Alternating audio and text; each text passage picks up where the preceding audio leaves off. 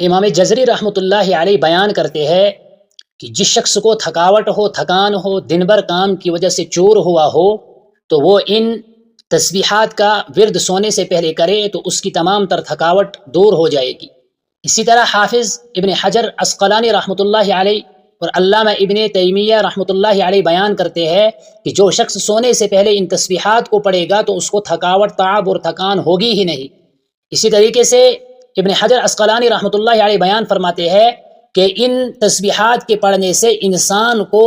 وہ کام کی وجہ سے وہ تھکاوٹ نہیں ہوگی جو نہ پڑھنے والے کو ہوگی۔ الحمد للہ رب العالمین والعاقبۃ للمتقین والصلاة والسلام على سید الانبیاء والمرسلین وعلى آلہ واصحابہ اجمعین، اما بعد۔ وعن علی رضی اللہ تعالی عنہ ان رسول اللہ صلی اللہ علیہ وسلم قال له ولفاطمة رضی اللہ عنہما اذا آویتما الى فراشکما او اذا اخذتما مضاجعكما فكبرا 33 وسبحا 33 واحمدا 33 متفق علیہ او کما قال علیہ الصلاۃ والتسلیم۔ معزز سامعین کرام، یہ روایت ہے حضرت علی، اس کے راوی ہے بخاری اور مسلم میں آئی ہوئی روایت ہے۔ اس میں نبی اکرم صلی اللہ علیہ وسلم نے سونے سے پہلے ایک عمل کرنے کے بارے میں ذکر کیا ہے۔ حضرت فاطمہ اور حضرت علی کو بتایا کہ جب آپ سونے کے لیے بستر پر تشریف لاؤ یا بستر پر سونے لگو تو اس وقت 33 مرتبہ سبحان اللہ اور 33 مرتبہ الحمدللہ اور 33 مرتبہ اللہ اکبر کہا کرو، اور ایک روایت میں آیا ہے کہ اللہ اکبر 34 مرتبہ کہا کرو۔ حضرت علی رضی اللہ تعالی عنہ خود بیان کرتے ہیں کہ حضرت فاطمہ رضی اللہ تعالی عنہا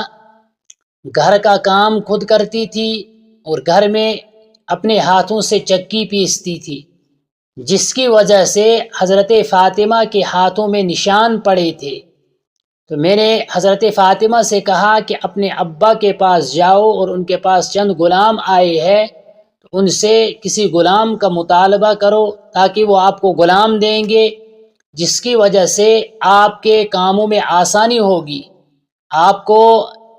بہت سارے کام جو ہے ان میں سے کچھ کام وہ کرے گا تو آپ کے جو ہاتھوں میں چھالے پڑے ہوئے ہیں، زخم پڑے ہوئے، یہ ٹھیک ہو جائیں گے۔ تو حضرت فاطمہ حضرت علی کی بات سن کر حضور کے پاس تشریف لے گئی۔ تو جب آپ صلی اللہ علیہ وسلم نے حضرت فاطمہ کو دیکھا تو حضرت فاطمہ کو بیان فرمایا، کیا میں آپ کو ان غلاموں سے بھی بڑھ کر عمل نہ بتلاؤں؟ تو پھر حضور نے یہ حدیث بیان کی، یعنی سوتے وقت جب آپ آؤ تو اس وقت بستر پر آنے سے پہلے یا بستر پر آنے کے بعد جب سونے لگو تو 33 مرتبہ سبحان اللہ، 33 مرتبہ اللہ اکبر اور 33 مرتبہ الحمدللہ پڑھا کرو۔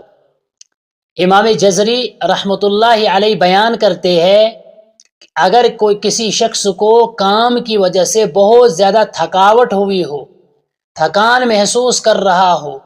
تو اس شخص کے لیے سونے سے پہلے یہ وظیفہ کرنا نہایت ضروری ہے۔ اگر وہ اور کام کرنا چاہتا ہے تو اس وظیفے کو کرے، یعنی یہ تسبیحات سونے سے پہلے پڑھے تو اس کی تمام تر تھکاوٹ دور ہو جائے گی۔ اسی طرح علامہ ابن حجر رحمۃ اللہ علیہ بیان کرتے ہیں کہ جو شخص ان تسبیحات کا اہتمام کرے گا تو اس کو کام کاج سے جو تھکاوٹ ہوئی ہے، جو تھکان ہوئی ہے دن بھر میں، وہ سب ختم ہو جائے گی۔ اسی طرح کی ایک روایت حافظ عسقلانی رحمۃ اللہ علیہ سے ہے، انہوں نے بیان فرمایا ہے کہ یہ بات کہنا کہ ان تسبیحات کو پڑھنے سے انسان کی تھکاوٹ ختم ہو جاتی ہے، یہ درست نہیں ہے، بلکہ اس طرح ہے کہ جو بھی شخص کام کرتا ہے اور ان تسبیحات کو سونے سے پہلے پڑھتا ہے تو ان تسبیحات نہ پڑھنے والے کو جو اس کام سے تھکاوٹ ہوگی وہ اس شخص کو نہیں ہوگی، گویا کہ اس شخص کو یہ کام زیادہ تھکائے گا نہیں، یہ بھی وہی کام کرے گا اور اس کے ساتھ جو دوسرا ہوگا وہ بھی یہی کام کرے گا، لیکن اس کو زیادہ تھکاوٹ نہیں ہوگی۔ تو خلاصہ روایت کا یہ ہے کہ جو بھی شخص سونے سے پہلے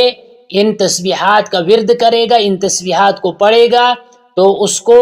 یا تو تھکان ہوگی ہی نہیں، یا اگر ہوگی تو وہ تھکان کم ہوگی۔ اس روایت میں ایک اہم اور مجرب وظیفہ بتایا گیا ہے کہ اگر کوئی انسان تھکاوٹ کو دور کرنا چاہتا ہے، کوئی انسان دن بھر میں جو اس کو تھکان ہوئی ہے اس کو دور کرنا چاہتا ہے، تو سونے کے وقت یہ وظیفہ وہ کرے۔ چنانچہ حضرت علی رضی اللہ تعالی عنہ اور حضرت فاطمہ رضی اللہ تعالی عنہ بیان کرتی ہے کہ جب سے نبی اکرم صلی اللہ علیہ وسلم سے یہ وظیفہ سنا ہے، تب سے لے کر آج تک اس کو نہیں چھوڑا ہے۔ پھر حضرت علی سے پوچھا کسی نے، کیا اس وظیفے کو آپ نے صفین کی جنگ میں بھی نہیں چھوڑا؟ تو حضرت